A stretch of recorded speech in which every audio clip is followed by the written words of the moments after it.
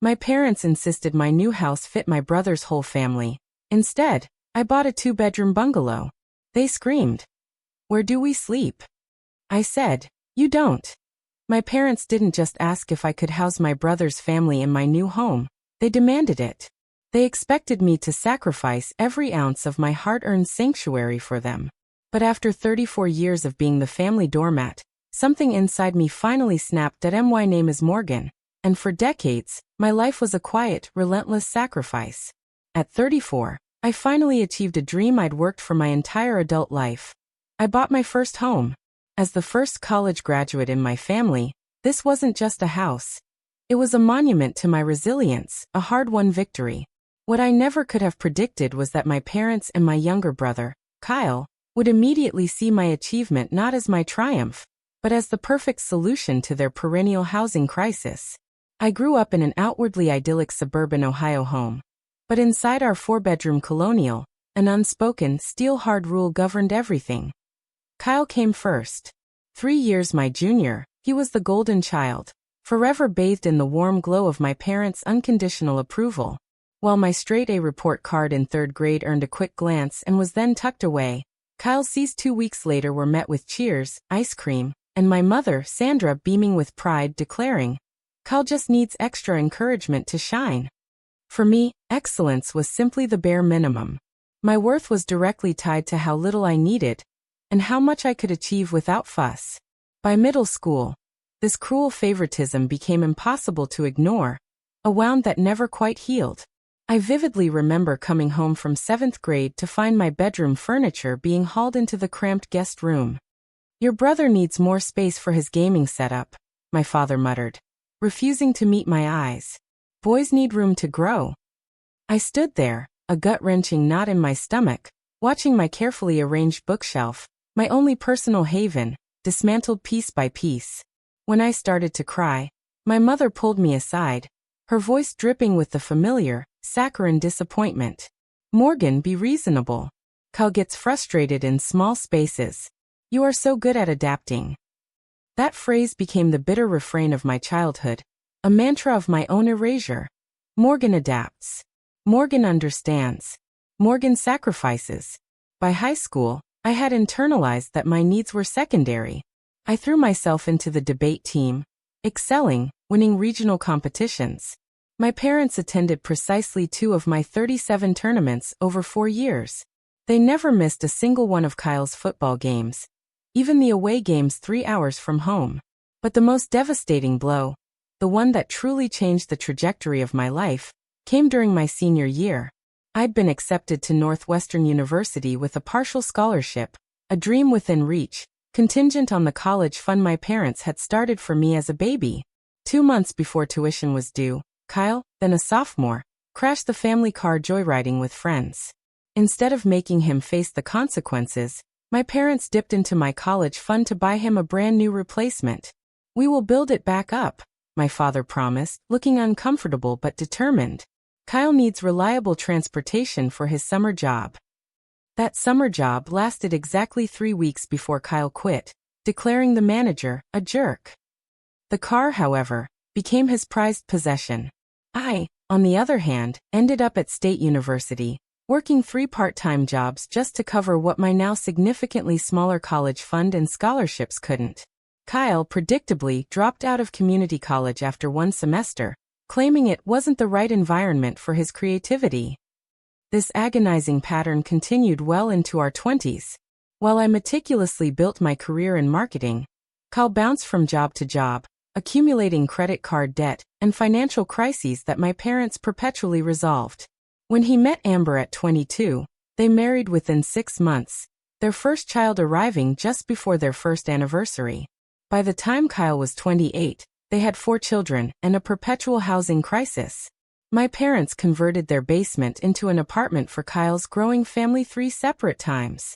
Each time, some trivial conflict would arise, Kyle would declare the situation toxic, and they'd move out, only to return months later when money inevitably ran short. My parents would call me, always with the same insistent plea. "Morgan, you need to loan Kyle money. Family helps family." At family gatherings, I'd endure endless, effusive praise for Kyle. He is such a devoted father. My mother would gush to relatives, while I stood nearby, the promotion announcement I'd hoped to share crumpled and forgotten in my pocket. It wasn't that my parents didn't love me, they just didn't see me. In our family ecosystem, I was the steady provider, the reliable one, the one who didn't need attention because I could handle myself. By my early 30s, I had progressed to marketing director at my company. Years of careful saving, of doing without, had finally put home ownership within my grasp. I had survived an economic downturn, a painful breakup with a long-term boyfriend who simply couldn't comprehend my family dynamics, and the constant emotional drain of being the family fixer. This house, I vowed, would be mine. Just mine.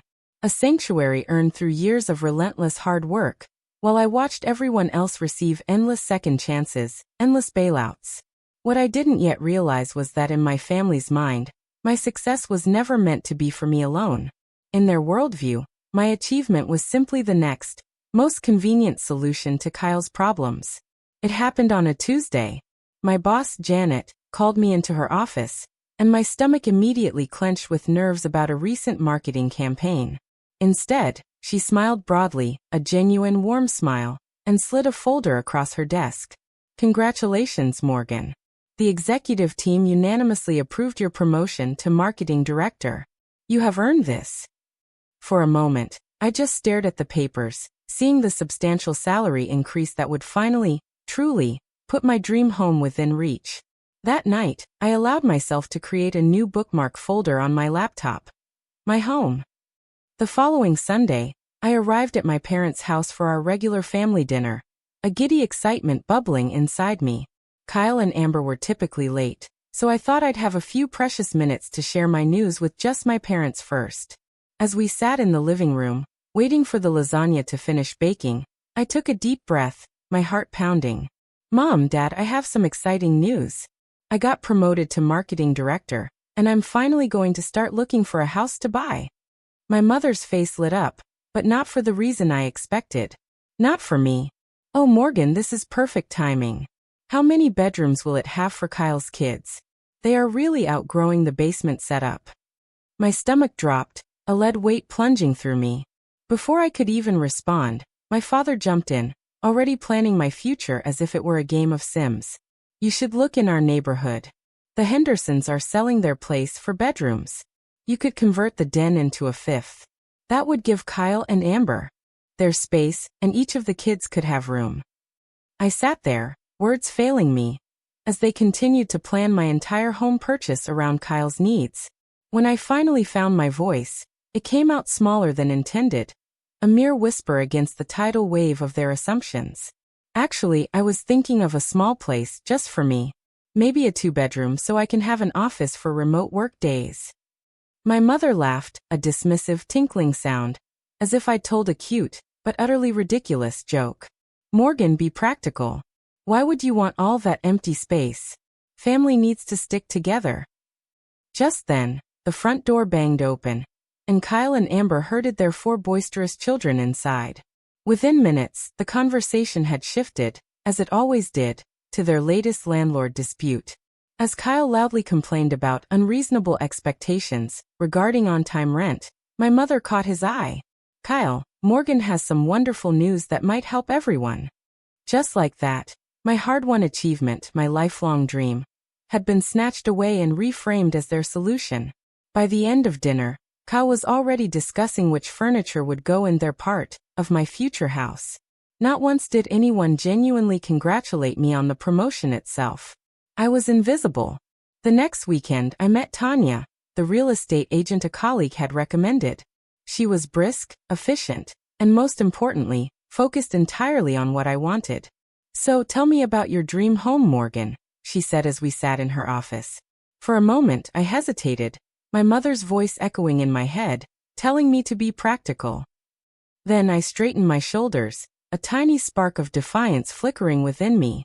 Something small and cozy, low maintenance, ideally 2 bedrooms so I can have a dedicated office space. I'd love a small yard for container gardening, and a neighborhood where I can walk to coffee shops or small stores. Tanya simply nodded, making notes, without questioning why a single woman wouldn't want a larger space for her future family. It was a breath of fresh air. That afternoon, we visited 4 properties. None felt quite right. Too close to the highway. Kitchen too outdated. Neighborhood too isolated. Then we pulled up to the 5th property. A small brick bungalow with a covered front porch and window boxes just begging for flowers. The moment I stepped inside, something deep in my chest settled. Original hardwood floors gleamed, a kitchen with updated appliances retained its vintage charm, and there were 2 modestly sized bedrooms. One with perfect light for my home office. A fenced backyard, just big enough for morning coffee, and the container garden I'd always wanted. "This is it," I whispered, almost afraid to claim it aloud, as if speaking it might make it disappear. 3 days later, my offer was accepted. That night, I called my best friend Jess, who had moved to Seattle 2 years earlier. "I did it. I bought a house." I practically shouted when she answered. "Morgan, that is amazing. Tell me everything." For nearly an hour, we talked about paint colors and furniture placement. Jess asked about kitchen storage and whether the bathroom needed updating. Not once did she ask why I hadn't chosen something bigger or closer to my family. When we finally hung up, I felt truly celebrated, truly seen, for the first time in what felt like forever. That feeling, however, faded quickly when I called my mother with the news.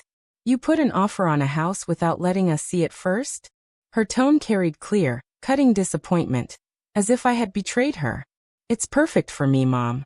2 bedrooms, just like I wanted. Great neighborhood." 2 bedrooms. She sighed heavily, dramatically. "Morgan, we talked about this. What about Kyle's family?" "This is my house, Mom.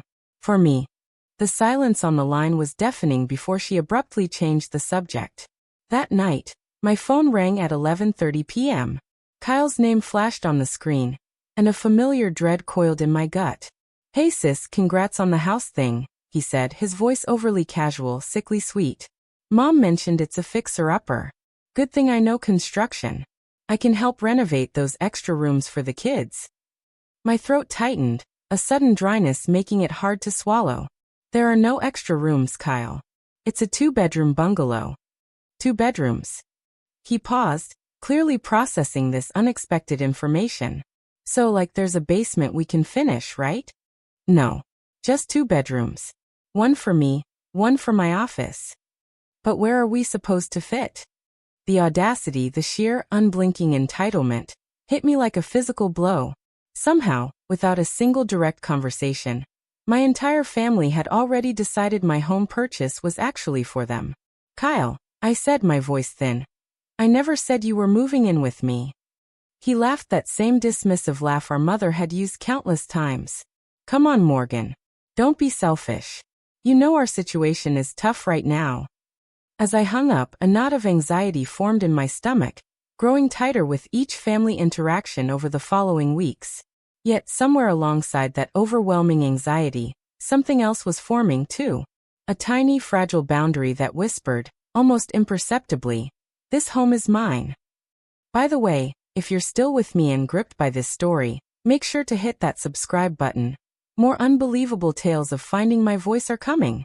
6 weeks before my closing date, the family pressure escalated from assumption to outright expectation. I received a panicked call from my mother on a Wednesday evening while I was reviewing work documents. "Morgan, thank goodness you answered. Kyle just called. Their landlord gave them an eviction notice for late payments again. They have 30 days to leave." I closed my eyes, a wave of nausea washing over me. I already knew what was coming next. "It's perfect timing, actually," my mother continued, without pausing for my response. "They can just move directly into your new house when you close instead of finding a temporary place." My chest tightened, a vice squeezing my ribs. "Mom, we've talked about this. My house is not big enough for 6 additional people." "Family makes do, Morgan. Your father and I have been thinking, and it really makes the most sense.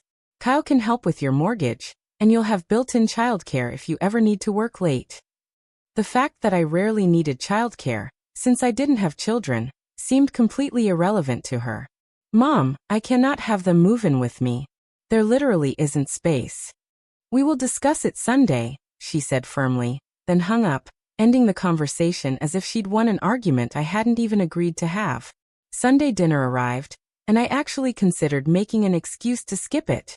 But years of conditioning, of being the responsible one, won out. I arrived to find not just my immediate family, but also my Aunt Susan and Uncle Frank. As we gathered around the dining table, my father cleared his throat, in what I recognized as his announcement voice. Before we eat, we have some good news to share.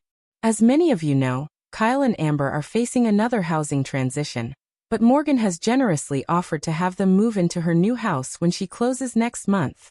My fork clattered against my plate, the sound echoing in the sudden silence. Every eye turned to me, beaming with approval for a decision I had never made.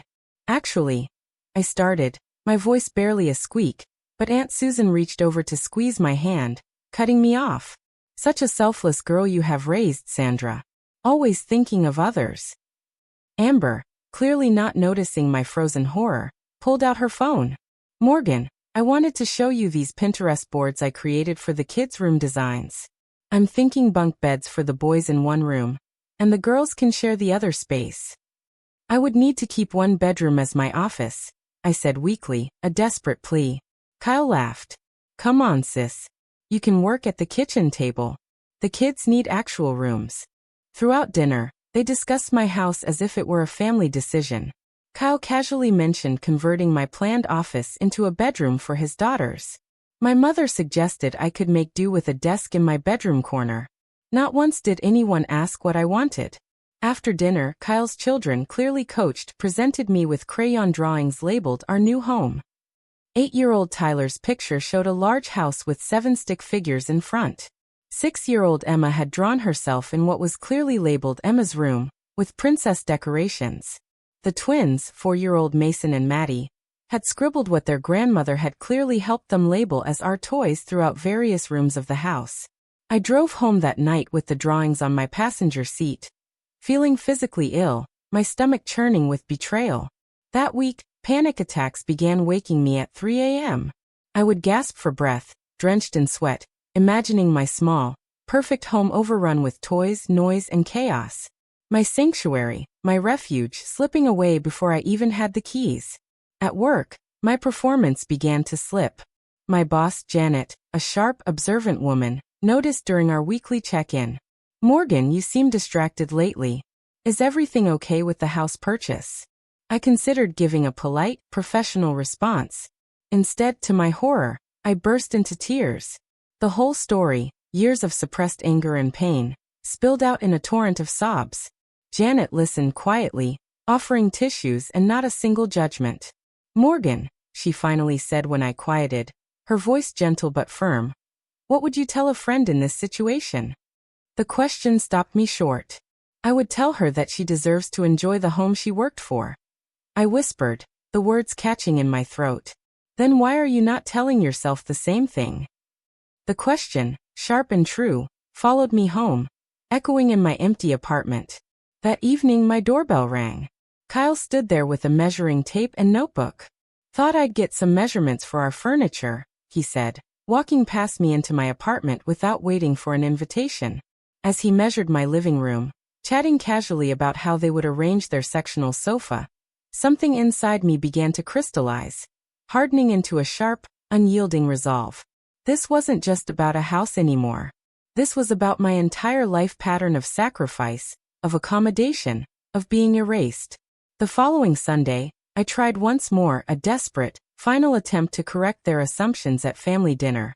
I need to be clear, I said, during a rare moment of conversation, my voice trembling slightly. My house is not big enough for Kyle's family. My mother's expression hardened, her eyes narrowing. Morgan, we've already told everyone. Aunt Susan mentioned it at church. Pastor Bill is organizing a moving help day for Kyle and Amber. The whole congregation knows about your generosity. The manipulation was so transparent, so bald-faced, it should have been laughable. Instead, it felt suffocating. The realization that they had broadcast my supposed decision to their entire social circle, effectively painting me into a corner, made my head swim. I cannot believe you would even consider backing out now, my father added, his voice laced with venom. Where is Kyle's family supposed to go? The question hung in the air, the unspoken expectation heavy between us. The same expectation that had defined our relationship for 34 years. Morgan will fix it. Morgan will sacrifice. Morgan will understand. As closing day approached, the messages multiplied. Amber sent links to bunk beds that would fit perfectly in the second bedroom. My mother called daily with updates on the moving plan. Kyle's children asked during each visit when they could see our new house. No one, not once, asked what I wanted. I became a ghost in conversations about my own home, my own life. Each night, I would sit in my apartment, surrounded by packed boxes, and wonder if I was being selfish. Was family obligation truly more important than my own happiness? Was I a terrible person for wanting space of my own? These questions haunted me as I signed the closing papers, officially becoming a homeowner. The momentary joy was instantly clouded by the suffocating dread of what would come next. That night, alone in my new home, with just an air mattress and a few essentials, I sat on my empty living room floor and cried. Tears of achievement mixed with tears of fear. What would happen tomorrow when they arrived, expecting to move in? My first night in my new home should have been pure, unadulterated joy. I had waited so long for this moment. After crying until I had no tears left, I pulled myself together and walked through each room, mentally placing furniture, imagining morning coffee on the back patio, evenings working in my sun-filled office. This was mine. Every square foot earned through years of hard work, through countless personal sacrifices. I slept surprisingly well on my air mattress, waking to sunlight streaming through the blinds I had yet to replace with curtains. The moving truck with my furniture would arrive at 10 a.m., giving me a quiet morning to just exist in my space. I made instant coffee in the one mug I had brought and sat on my back step, feeling a fragile peace settle around me like a blanket. The harsh ring of the doorbell shattered that peace at 8:15 a.m. When I opened the front door, my entire body went cold. My parents stood on the porch, beaming with an unsettling, almost manic excitement. Behind them, Kyle was already directing movers who were unloading furniture from 2 rental trucks. Amber was organizing boxes on the lawn, labeling them by room. All 4 children ran around the yard, shouting and laughing, already claiming their new territory. "Surprise!" my mother exclaimed, hugging me as if she had brought me a gift, rather than my absolute worst nightmare. "We thought we'd get here early to help you set up before your things arrive." I stood frozen, utterly speechless, as they pushed past me into the house, already taking over. My father carried in a box labeled kitchen. My mother immediately began opening cupboards, examining the space with a critical eye. "It's smaller than I pictured from your description," she said with a slight frown. "But we'll make it work. Kyle and Amber can take the master bedroom since they need the attached bathroom for all the kids' bath time. You can take the second bedroom, and the children can sleep in the living room for now. Once you're settled, we can look at converting the garage." I remained speechless as their invasion continued, a suffocating wave washing over me. Kyle carried in a large sectional sofa, maneuvering it through my narrow doorway. "Where should this go, sis?" he asked, though he was already placing it against the living room wall, making it his space. Amber directed the twins through the house, letting them explore every room. "This will be where we eat," she told them in the dining nook. "And Daddy will set up the television here," she continued, in what I had envisioned as my serene living room. My mother pulled me into the kitchen, already unpacking dishes I had never seen before. "Kyle found these at a garage sale. Much better than those modern things you had in your apartment. More family-friendly." Outside, I could hear my father instructing the movers to place a bunk bed through the doorway of what was supposed to be my office. The room I had imagined filled with bookshelves and my desk, now being claimed for the boys. It was Emma, Kyle's 6-year-old daughter, who triggered the moment of truth. She tugged at my hand, pulling me toward the second bedroom.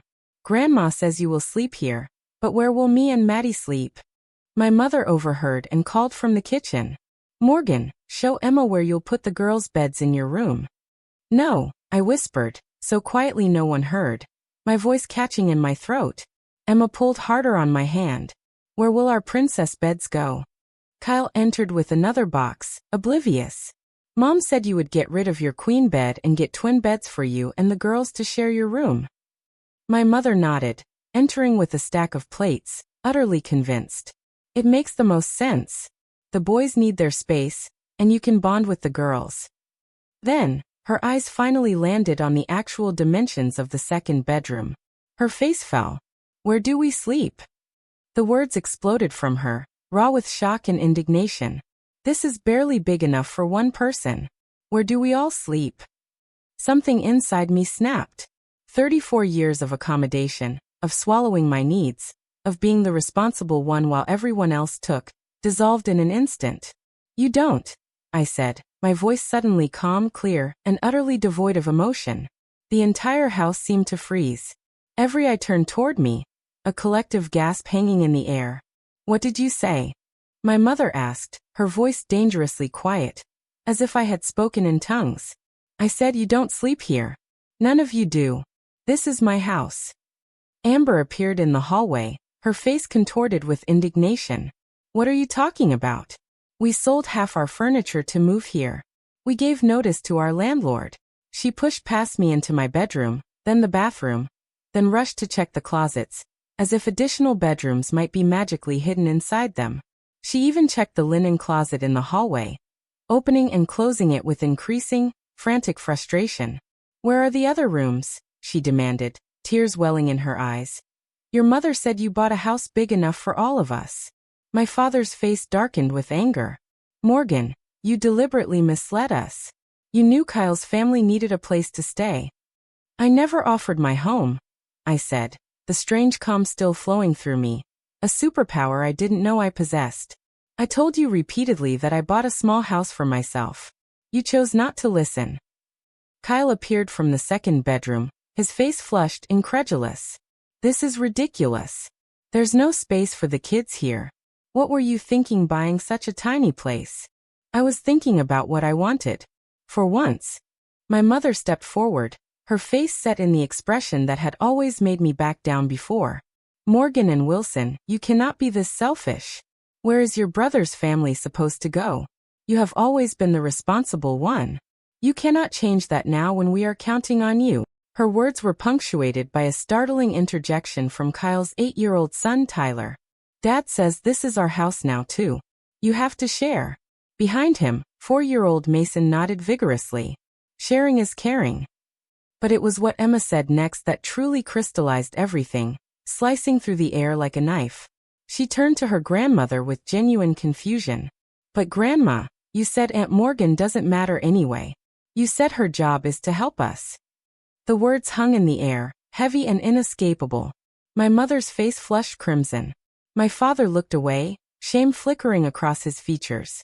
Kyle and Amber exchanged quick, guilty glances. No one denied what Emma had repeated. Silent tears slid down my face, but the strange calm remained, resolute. I suddenly saw with perfect, devastating clarity what had always been true. In my family's eyes, I did not exist as a person with needs and dreams of my own. I was a resource to be used, a solution to everyone else's problems. The truth should have broken me. Instead, it set me free. The silence stretched for what felt like minutes, but was likely only seconds. I wiped my tears with the back of my hand and took a deep, steadying breath. Everyone needs to leave now. My voice was quiet, but firm, an unshakable force. My mother recovered first, her voice rising in outrage. Morgan, you are being ridiculous. We have trucks full of furniture. The movers are being paid by the hour. That is not my problem. I walked to the front door and held it open wide. This is my house.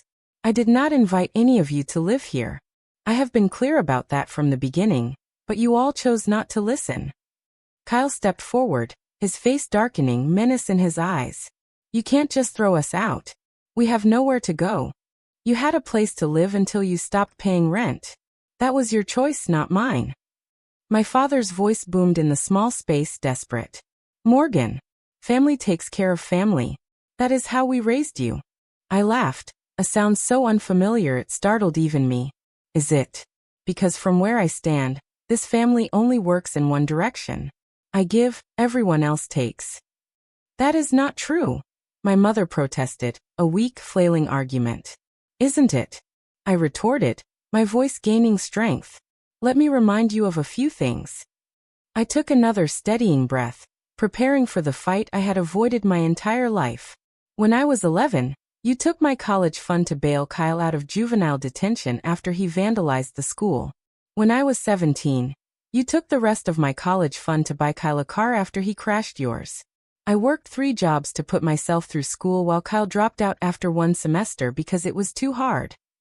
Kyle rolled his eyes, the dismissive jerk I knew so well. Here we go again with the perfect Morgan act.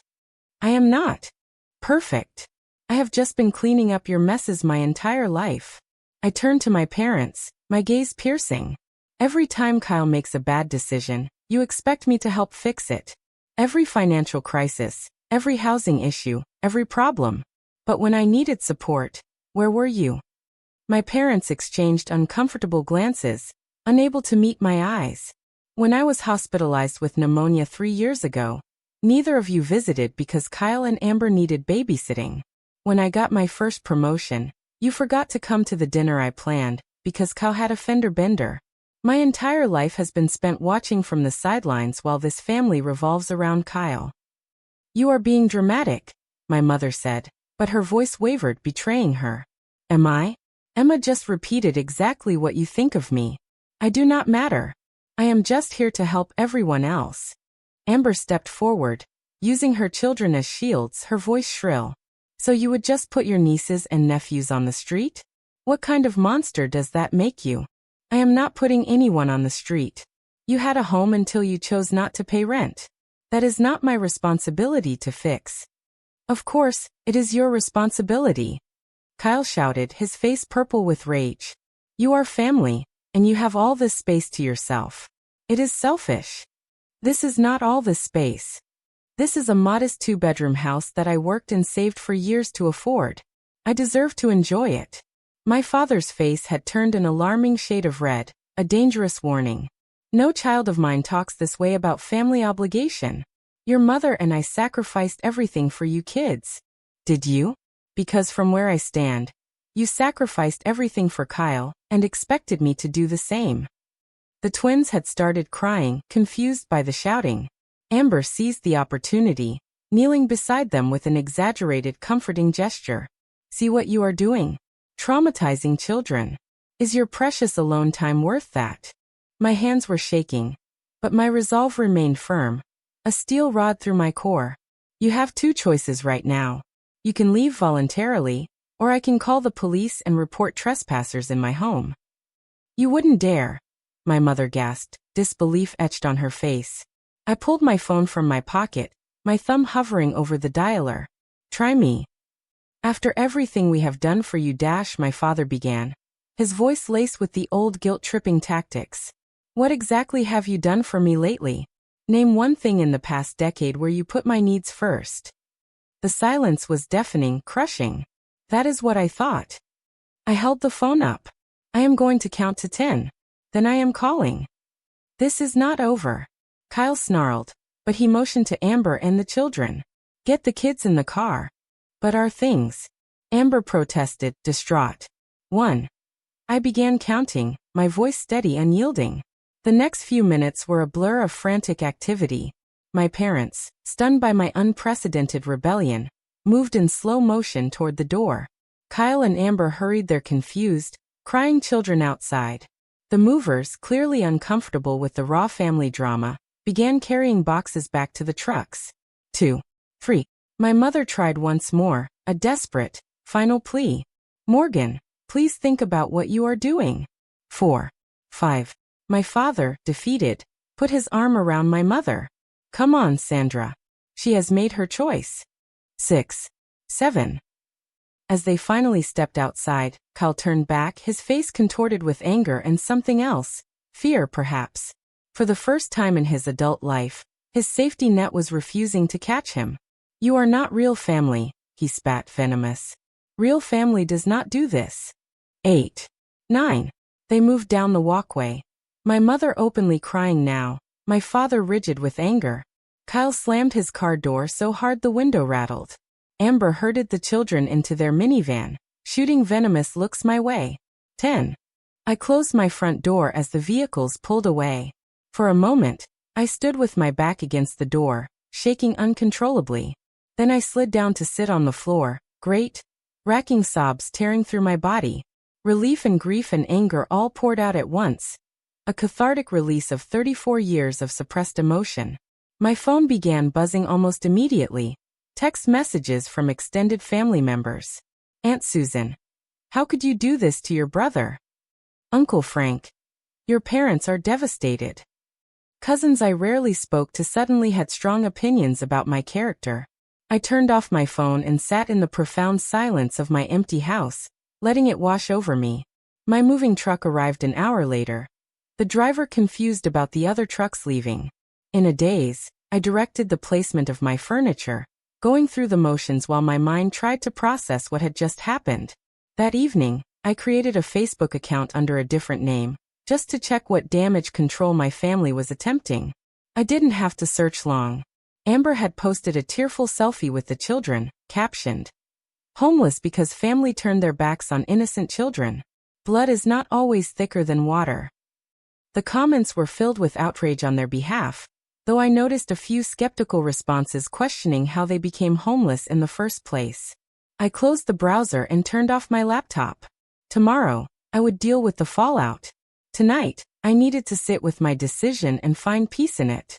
I walked through my house, now with my furniture in place, my couch, my dining table, my bed. Each piece representing years of careful saving and planning. For the first time in my life, I had chosen myself. The guilt was there, yes, as it had been programmed into me since childhood. But alongside it was something new and fragile, yet undeniably powerful, self-respect. The first week in my new home passed in an eerie silence. After a lifetime of responding to family needs, the quiet of my phone, now blocked from my immediate family's numbers after 3 days of constant calls and accusatory texts, was disorienting. It left a strange hollow feeling despite the peace it also brought. I moved through the rooms, arranging and rearranging furniture, hanging artwork, slowly, deliberately creating the home I had dreamed of. Yet each action felt mechanical, as if I were going through motions while my mind remained stuck in that confrontation. Had I done the right thing? The question haunted me as I lay awake at night. Images of my nieces and nephews looking confused and hurt replayed in my thoughts. My mother's tears. My father's anger. Kyle's parting shot about real family. Maybe they were right. Maybe I was selfish. By day 10 the doubt had grown so overwhelming that I reached out to Dr. Winters, the therapist I had seen briefly after my breakup 2 years earlier. She had an opening that afternoon. "I think I destroyed my family," I blurted out as soon as I sat down in her office, fresh tears stinging my eyes. Dr. Winters listened patiently as I recounted everything, from my childhood to the showdown in my new home. She took notes occasionally, but mostly just let me talk until the words ran dry. "Morgan," she finally said, her voice gentle, "have you ever heard of golden child syndrome?" I shook my head, intrigued. It's a family dynamic where one child is favored, often unconsciously, while another child is expected to be more responsible and self-sufficient. The golden child receives praise for minimal effort, while the other child's achievements are taken for granted. Over time, the non-favored child internalizes that their worth is tied to what they can provide for others. Their own needs become secondary, or even invisible to them. Does that sound familiar? My throat tightened as she spoke, and the tears came then, hot and fast, a torrent of understanding. That is my entire life. Over the next few weeks, our sessions became my lifeline. Dr. Winters helped me recognize patterns I had never seen before. How I apologized for having needs. How I measured my worth by what I could do for others. How I had built my entire identity around being the responsible one, the fixer, the steady support that never, ever required support in return. Setting boundaries is not selfish, she reminded me in each session. It is necessary for healthy relationships. Alongside therapy, I began reconnecting with friends I had lost touch with over years of prioritizing family obligations. Jess flew in from Seattle for a weekend, helping me paint my office the exact shade of blue I had always wanted. "I am so proud of you," she told me as we sat on my back patio with wine glasses after a day of painting. I always worried about how your family treated you, but I knew you had to see it for yourself. My colleague Diane invited me to a book club where I met women who asked about my interests and actually listened to my answers. My neighbor Elena brought over cookies to welcome me to the neighborhood, then invited me to a community garden planning meeting. Most surprising was the call from my Aunt Catherine, my mother's sister, whom I had always been close to but who had grown more distant in recent years. "I heard what happened," she said when I answered cautiously. "Not from your mother, of course. She's telling everyone you had a nervous breakdown." I braced myself for criticism, for another onslaught, but instead, Aunt Catherine continued, her voice firm and supportive. "Morgan, I want you to know I think you did the right thing. Your mother did the same thing to me for years that she has done to you, always expecting me to fix her problems. It took me moving 3 states away to break the pattern." Her words were a validation I had not realized I so desperately needed. You are not selfish, Morgan. Buying a house for yourself is normal. Expecting someone else to house your family of 6 is what is not normal. With Aunt Catherine's encouragement, I even joined a support group for adults healing from difficult family relationships. Sitting in a circle of strangers who nodded in understanding as I shared my story was powerfully affirming. For the first time, I did not feel crazy or selfish for wanting boundaries. Of course, my family did not respect those boundaries easily. 2 weeks after the confrontation, my mother showed up unannounced on my doorstep, red-eyed but determined. "This has gone on long enough," she announced when I opened the door just enough to speak through it. "Your father and I are here to help you move your things to the apartment we found for you. Kyle's family needs this house more than you do." My father stood behind her, arms crossed. Through the car window, I could see Kyle smirking from the driver's seat. "No," I said simply and closed the door. They rang the bell repeatedly, then began pounding on the door. I called the non-emergency police line and reported unwanted visitors refusing to leave my property. When the patrol car pulled up 20 minutes later, my parents left, my mother crying dramatically for the officer's benefit. That night, I changed the locks, though I had given no one keys. The symbolism mattered more than the practicality. As weeks turned to months, I focused on creating the home I had always wanted. I converted the second bedroom into a beautiful office with built-in bookshelves and a window seat. I planted herbs and flowers in containers on my patio. I bought art that spoke to me, rather than matched a color scheme someone else might prefer. Each act of creating my space was an act of reclaiming myself. The panic attacks subsided. The guilt remained, a faint echo, but transformed into something more nuanced. I could acknowledge the feeling without being controlled by it. When Thanksgiving approached, the true test came. My first major holiday estranged from my immediate family. The invitation from my parents arrived by mail, formal and cold, demanding rather than asking for my presence. I declined with a brief note, and accepted instead an invitation to a friendsgiving hosted by Elena from next door. Surrounded by neighbors and new friends, passing dishes prepared with care rather than obligation, I felt a warmth I had rarely experienced at family gatherings. No one here was keeping score of who did what. No one was nursing decades-old resentments or playing favorites. We were just people choosing to share time together. Christmas brought similar anxiety, but proved even more healing. I decorated my small home exactly as I wanted, with white lights and silver ornaments, rather than the multicolored chaos my mother always insisted on.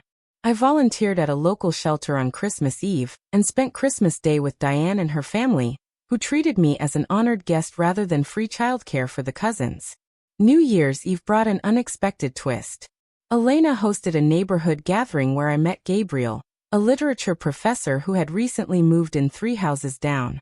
We talked for hours about books and travel, discovering shared dreams of visiting literary landmarks around the world. He never once asked why I lived alone or made assumptions about my real life, beginning only when I had a family of my own. As winter melted into spring, I marked 3 months of no contact with my immediate family. The ache had dulled from a sharp pain to an occasional melancholy. I missed the people I had always hoped they would be, rather than the people they actually were. My home had become truly mine.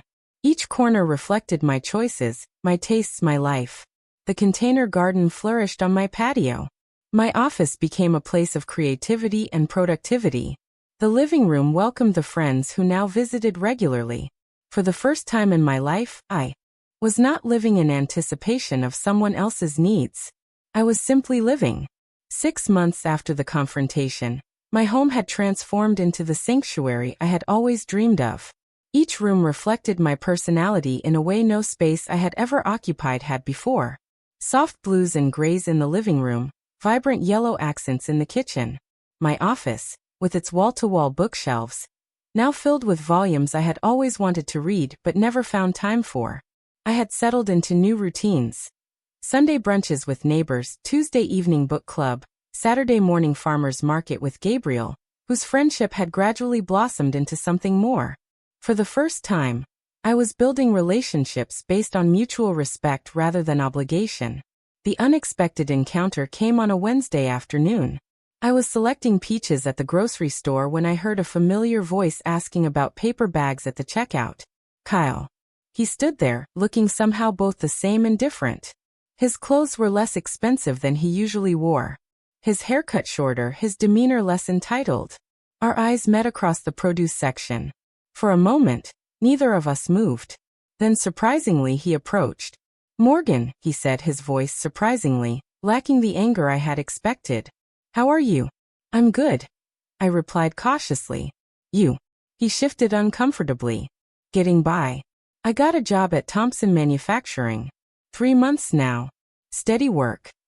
I nodded, unsure what to say. He continued before the silence grew too awkward. "We found a 2-bedroom apartment closer to the factory. Not fancy, but the rent is manageable on my salary.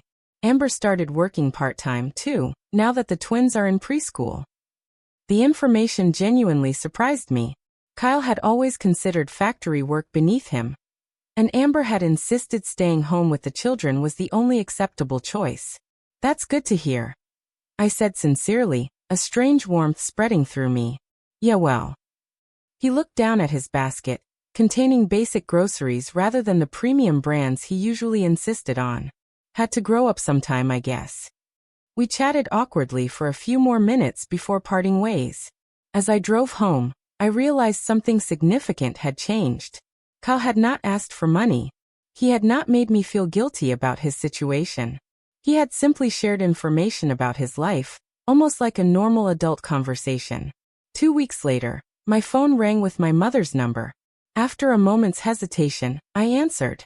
"Morgan." Her voice sounded smaller than I remembered, tinged with a fragile uncertainty. "Do you have a moment to talk?" "I do. I was wondering." She paused, and I could hear the immense effort it took her to continue. "Your father and I would like to see your house properly this time. Just a visit for lunch, if that would be okay with you." I sat with the request, checking my internal response. The automatic, people-pleasing part of me wanted to say yes immediately. The wounded part wanted to refuse out of spite. But the new, healthier part recognized this small olive branch for what it was. "That would be fine," I said. "How about Saturday at noon? Just you and Dad, though. I'm not ready for a larger gathering." "Just us," she agreed quickly without argument. They arrived precisely at noon that Saturday. My father carried a potted orchid, which he thrust awkwardly toward me as they entered. "Your mother thought you might like this for your home," he said. The closest he would come to acknowledging this was a peace offering. I gave them a tour, watching their expressions as they took in the space properly for the first time. My mother commented on my decorating choices with surprised approval. My father noticed the built-in bookshelves I had installed in the office. "Nice craftsmanship," he offered, running his hand along the wood. "Thank you. I hired the Johnson brothers from your neighborhood. They did an excellent job." We ate lunch on my patio, the conversation carefully avoiding landmines. The weather, my container garden, a new restaurant in town. Finally, as we finished eating, my father cleared his throat, a deep, hesitant sound. "I owe you an apology, Morgan." The words clearly cost him immense effort. "We should not have assumed your house was for everyone.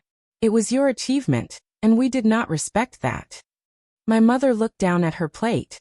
"We have always counted on you to be the responsible one. Perhaps too much." "Perhaps," I agreed quietly. Kyle is doing better now, she offered, a subtle attempt to bridge the gap. The job seems to be good for him.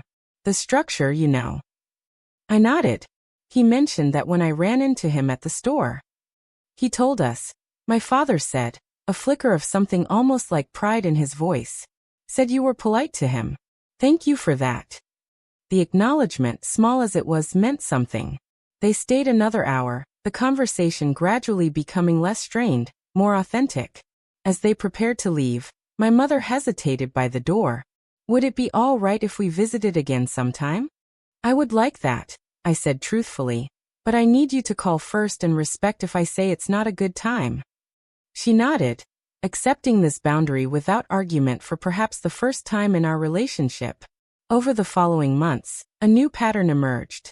My parents visited every few weeks, always calling first, always just the two of them. The conversations gradually expanded beyond safe topics. Sometimes we disagreed, but they were learning, slowly, to hear my perspective rather than dismiss it. 4 months after our first lunch, they asked if Kyle's family could join them for a visit. I agreed with clear parameters. A 2-hour visit, no discussions of housing or financial help, and the children needed to respect my home. To my surprise, the visit went reasonably well.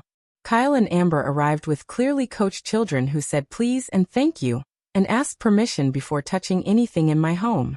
The twins, now 5, presented me with handmade cards. Emma, now 7, apologized without prompting for repeating mean things Grandma said before she learned better. My mother blushed crimson at this, but did not deny it. Progress of a sort. Kyle had been promoted shift supervisor. Amber had enrolled in online classes toward a medical billing certificate. They spoke of future plans that did not involve living with parents or siblings.